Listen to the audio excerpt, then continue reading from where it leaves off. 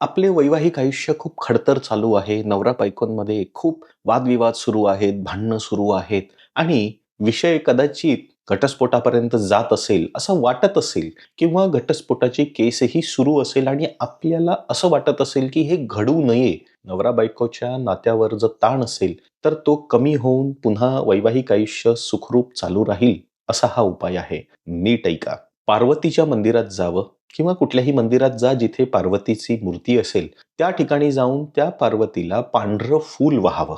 1 वाहा का 5 वाहा तो निर्णय तुम्ही घ्या. फुलं वाहून देवीला प्रार्थना करा, माझे वैवाहिक आयुष्य चांगले राहू दे, तुझी कृपा असू दे, आमच्या दोघांमध्ये असलेल्या अडी-अडचणी, नात्यावर असलेला ताण कमी करावा. अशा प्रकारची प्रार्थना करा देवीला आणि हे पांढरं फूल सोमवारच्या दिवशी देवीला वाहावं आणि हा प्रकार 11 वेळा करावा. ह्याच्यामुळे निश्चितच आपलं वैवाहिक आयुष्य सुधारण्यासाठी मदत होईल.